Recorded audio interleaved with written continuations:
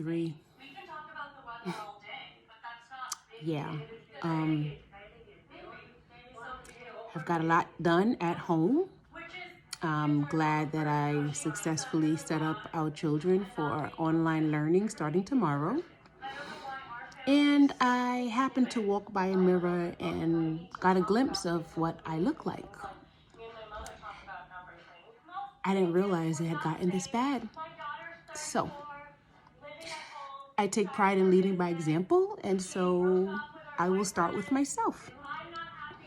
Welcome to the first installment of The Boutique at Home. What to do when you're home